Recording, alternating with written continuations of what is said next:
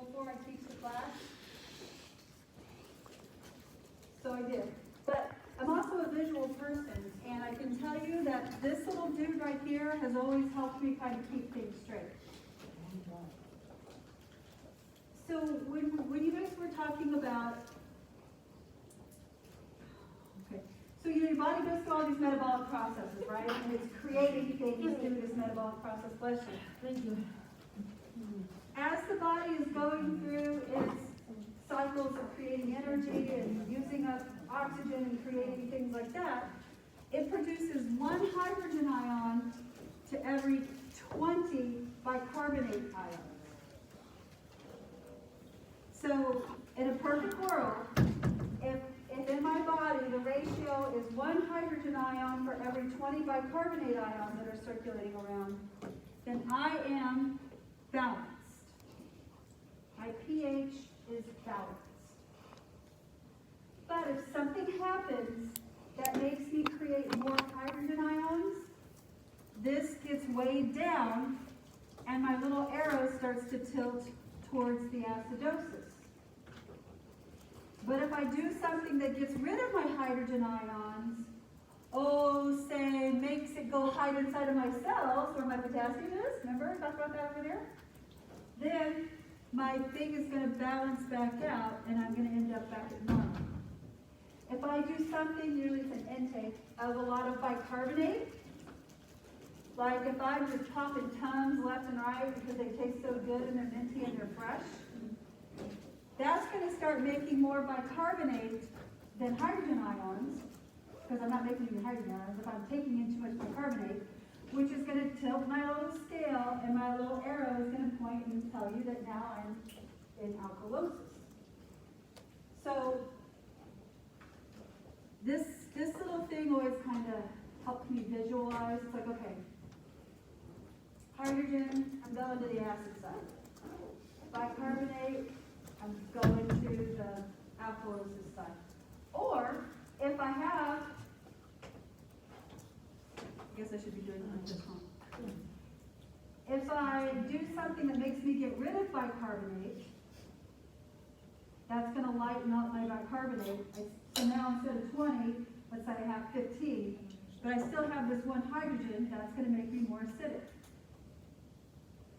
Or if I do something like throw up a lot, which is stomach acid, which is acid, which has got hydrogen ions in it, that's going to make this side of my tilty lighter, and I'm going to go to an alkalosis side. So if you're a visual person like me and you kind of just need something to help keep you straight, this is your visual. One of the things about pH, your body does not like to have a big shift in pH.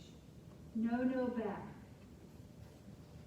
Usually when you get about 7.8, you're really close to circling the drain, like dead. If it's around 7 or below, you're getting close to circling the drain, dead. Now, I have seen a pH at 8.2. The human wasn't doing very good. And I remember looking at the acid, looking at the blood gas readout, and I'm like, oh my God, that's real. Because the other lab values supported it. So that's a lot of a big difference, especially when your body likes to be 7.35 to 7.45. That's it. Now, if you'll notice up at the top, I've put this little chart up here of the three main things that you're going to be looking at when you're doing acid-base evaluation. I know you guys probably all learned this yesterday in class, but we're going to go through it again because I can guarantee you that I was doing a couple of practice problems last night to see if I remembered how to do this. I'm like, wait a minute, what was the pH range again? I forgot. Not pH, but bicarb. So, and I know a lot of you probably memorized 35, 45, 22, 26, 35, 45. Why did I flip it? Because if PCO2 is greater than 45, it's acidic. So that way all your acidic values are on one side, your base values are on the other.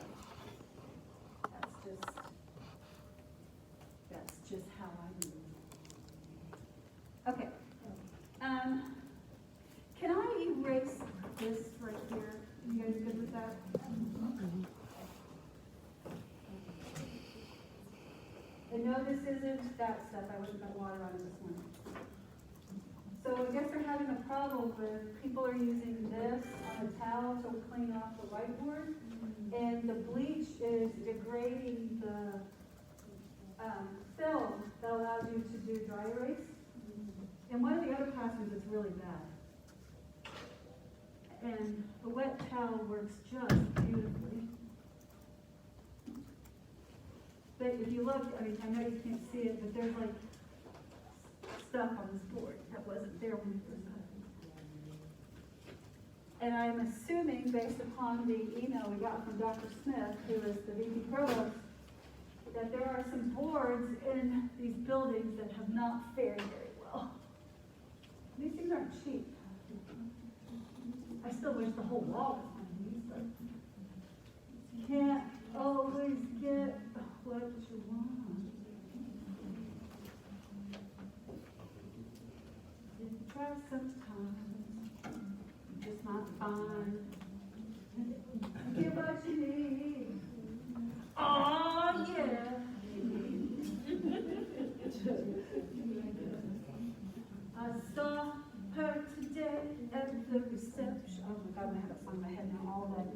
That's okay. There are worse songs in my head. That's a good song. Okay, let's get rid of this.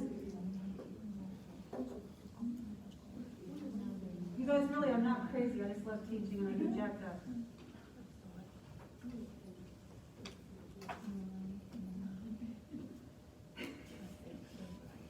Can you imagine dealing with me for 8 hours in a day?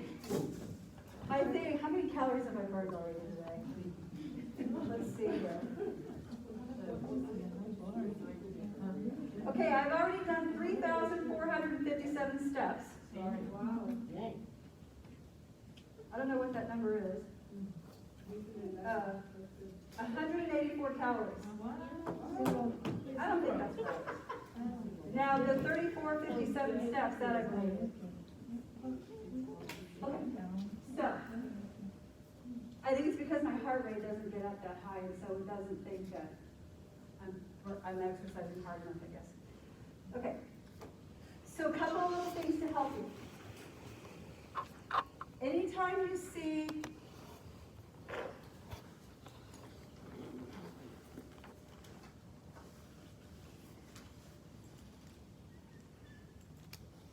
sorry, it kind of drives me a little crazy with some of the words in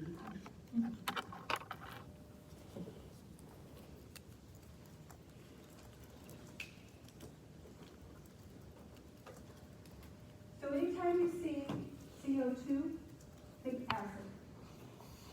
Carbon dioxide is respiratory acid. Anytime you see hydrogen ions, think acid. So if I do something that causes me to have a lot of hydrogen ions out where they're not supposed to be, that means I'm acidic. If I'm doing something where I have too much carbon dioxide circulating around, more than what I should have, then I'm acidic. When you see bicarbonate, think kidneys. It's metabolic. It's a kidney problem. Or you took too many Tums. But mostly it's a kidney problem. Because that's a lot of Tums.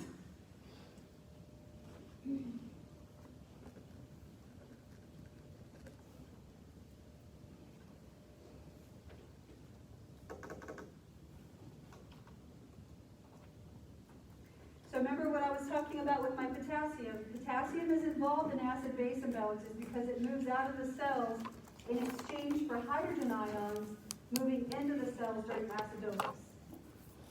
So if I'm in acidosis, remember the body's going to try to make the hydrogen ions go hide in the cells. And the potassium doesn't like to be around too much hydrogen, so the potassium goes out.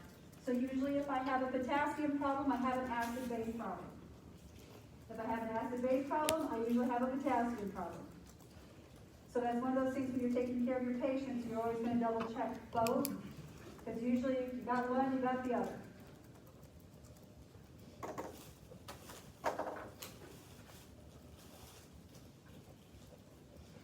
What color? Let's do green inside of our little box there. What do you want? Can you guys see green okay? Okay. So let's talk about respiratory acidosis, just a tick box. Respiratory acidosis usually means I'm not exhaling.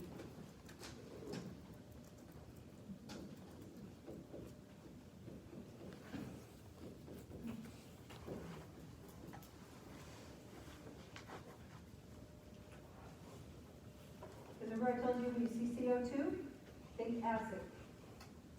So if I'm not getting rid of CO2, that means it's building up and I'm becoming acidotic. You usually see this with sedatives. What's the other word I wanted to say? Oh, COPD. Pneumonia. That is indeed another one. There you go. Oh, now that's what's terrible. Anyway.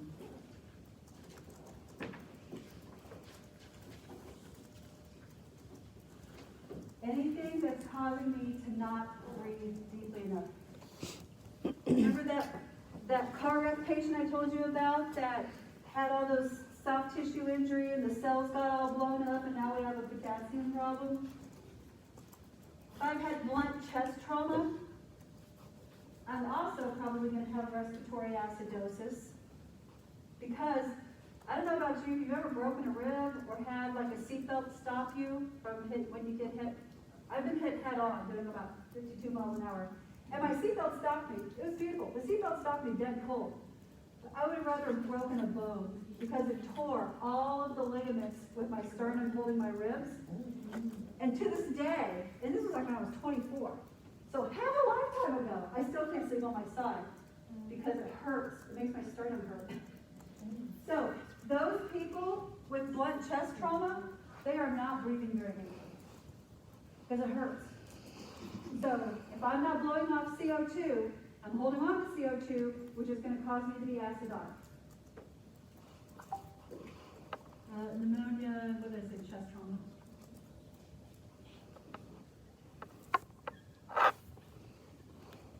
Okay.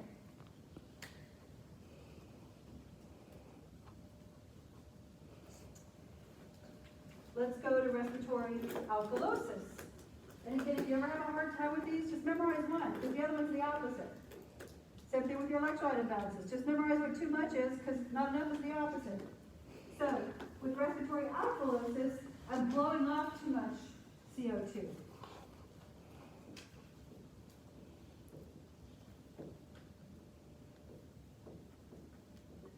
Too much.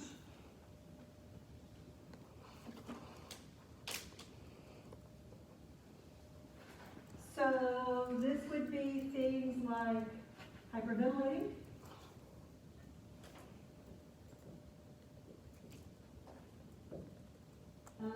What else? High altitude.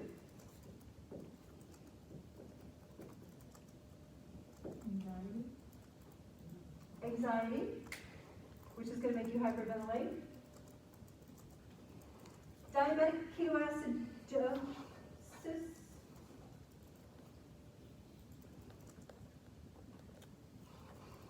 Oh, the respirations when people are in diabetic ketoacidosis. If there's not enough, never mind, I'm not going to say that because I'll just confuse you. Because it confuses me, so respiratory acidosis, I'm not exhaling CO2. My CO2 levels are going up. Remember, think acid when you think CO2. With respiratory alkalosis, I have lower levels of CO2, which is just as bad. Let's talk about metabolic acidosis. So metabolic acidosis is I don't have enough oxygen-rich blood. So this could be something like like lactic acidosis. That's a metabolic acidosis. So I'm going to, because if I don't have enough oxygen-rich blood, then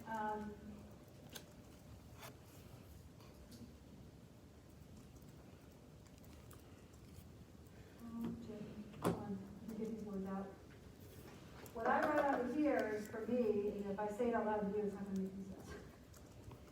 Because I know what I mean.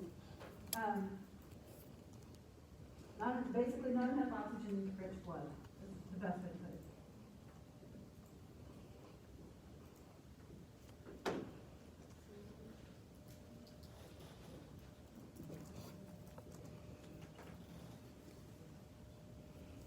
We'll expand on that, so this way. And it's caused by things like diabetic ketoacidosis,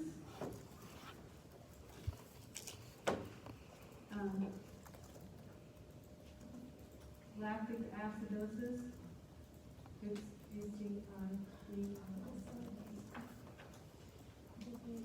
what else? Oh, starvation.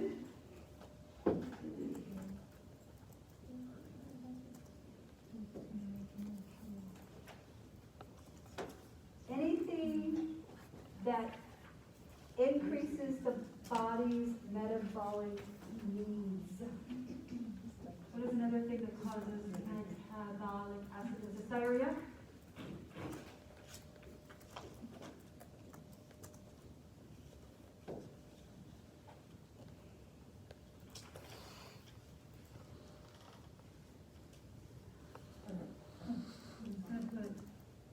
Not enough bicarb.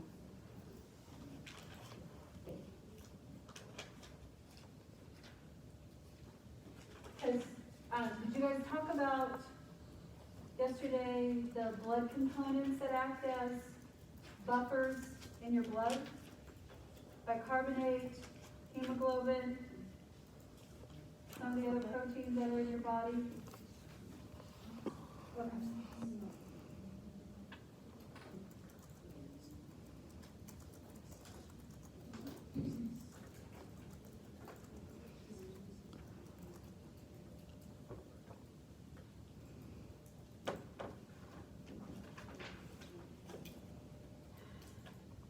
I'll get to that in just a second, right? If you didn't talk about that yesterday. I think it's in the PowerPoint. Do what? I believe it was in the PowerPoint. Oh, yeah, first.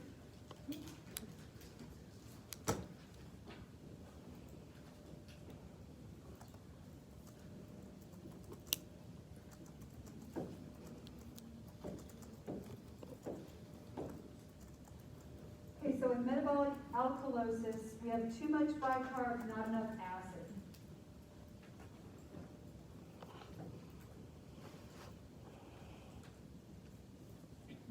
And again, think about this. I either have too much bicarb, or I don't have enough acid to weight it down to keep it stabilized.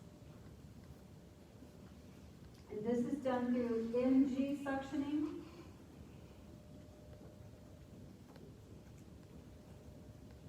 That's why you never leave the NG suction going forever.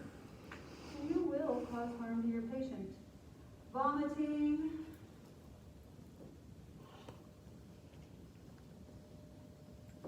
And again, because I'm dumping acid, because that's what's in your stomach, is acid.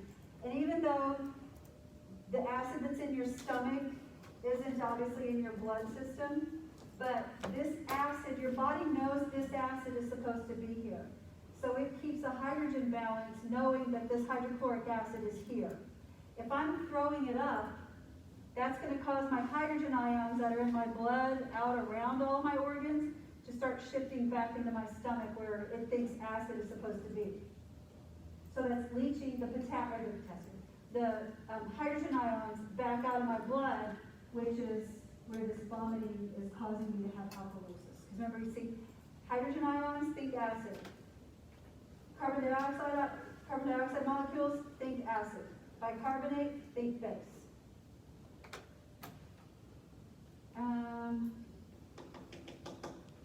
And then I'm going to say potassium depletion.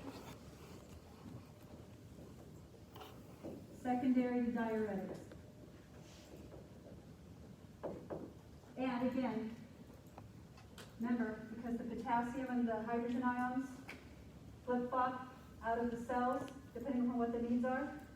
And if I'm depleting potassium, the hydrogen ions that are supposed to be out circulating in my blood are going to now go into my cells, which decreases the hydrogen ion concentration in my blood, which makes me more alkaline. Okay, your body regulates alkalosis, acidosis, this whole thing through a couple of systems. Number one is your buffer system that's in your blood. Your blood acts as this constant little hall monitor for things. Your main buffers are bicarbonate, phosphate, and hemoglobin, and some of your plasma proteins. But, you know, those are everywhere, so they're all doing like little bitty tweaks here and there to keep your acid-base balance in check. I always think of like the buffer system in your blood as like petty cash.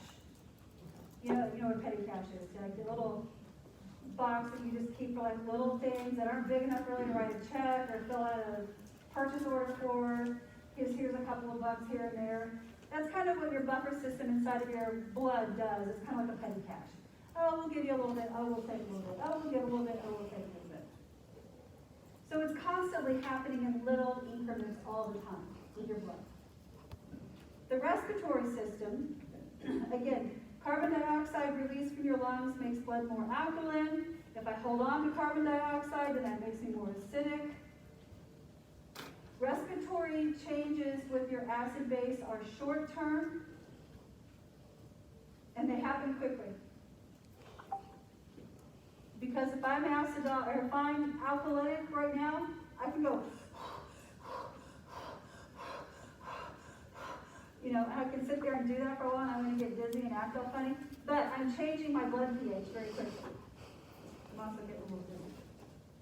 Okay, so your buffer system in your blood happens little bits all the time. It's a constant change. Your respiratory system, that happens quickly, but it's also a short-term fix. And then your renal system, which juggles hydrogen ions and bicarbonate, along with your buffer system in your blood. But mostly it's your hydrogen ions. Remember in that little part of the nephron that was over where your hydrogen, potassium, and your sodium ions are exchanged based upon what your body needs? So the renal system reabsorbs or eliminates hydrogen ions as needed, and the kidneys are responsible for long-term regulation.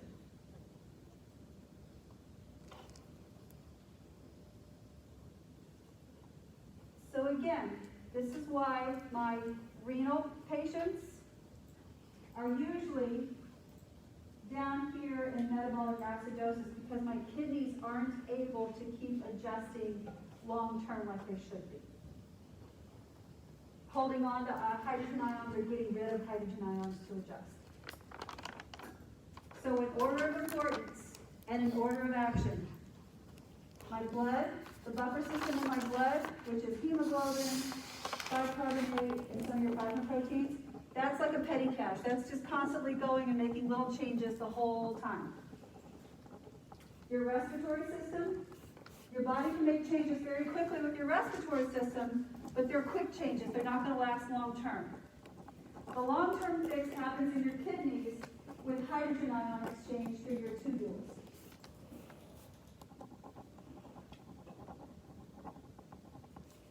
So, if you see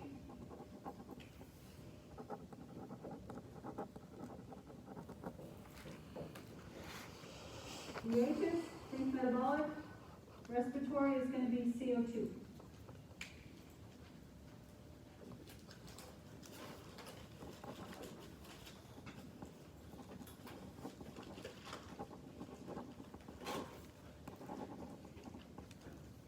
Now your book talks about an anion gap.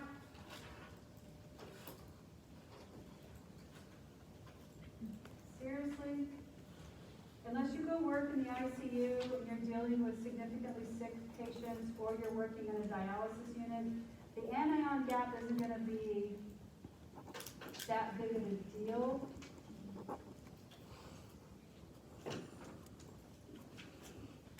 but I can tell you anything greater than 16 is high. The anion gap is like that's like another 30 minutes of lecture. But the short version is, it's looking at the difference, how far apart are your anions in your blood gas readings.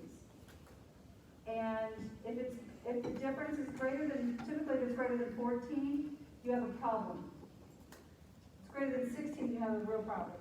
If it's greater than 20, your human is in significant metabolic acidosis. But I'm not going to ask you a question about that, I promise. And I don't recall there being questions in the testing about that. Just saying.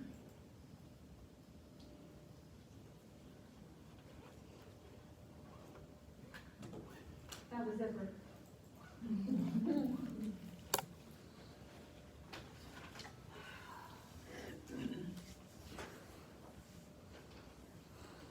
How we doing? You guys hanging in? Better than yesterday? That's all I'm asking for.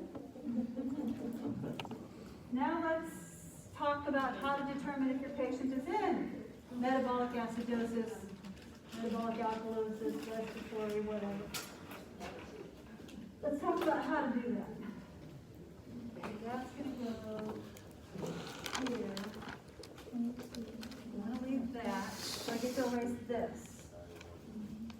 Guys take your pictures? Where are we at? Oh, perfect. I had you guys look 12:30. Huh? It's 11:18 and I have you for another hour. Right? No, we have lunch at 11:30. It's 12:30. No, it says on the calendar. Yep. It's not lunch. Okay. It's not lunchtime. I almost cried. You got the correct one? Girl, we all Oh, It's this whole time, lunchtime has been 11:30, so I'm sorry. Yeah. I'm just going by where the calendar says. I'm so sorry. We love you. You have us for another hour. Because now we're going to have fun. No. I made this as easy as possible. I'm trying to get my calories up.